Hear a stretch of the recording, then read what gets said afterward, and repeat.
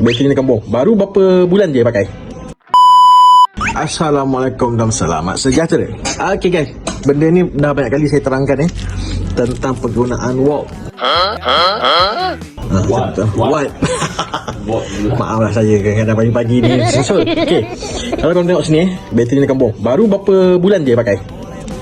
Okay, punca dia bila kita dah tanya, dia pakai charger Android. Okay, contoh satu, apabila korang beli charger, korang boleh tengok tak kat sini. Contoh tengok output power dia berapa, 65 watt. Alright, so macam iPhone, dia boleh support 18 watt untuk iPhone X. So janganlah pakai yang 65 watt, 100 watt, 120 watt. Benda tu yang akan kembangkan bateri. Okay, benda tu watt. Okay, so apa-apa pun tukarkan bateri untuk customer. So jangan lupa like, follow, comment and share untuk video seterusnya.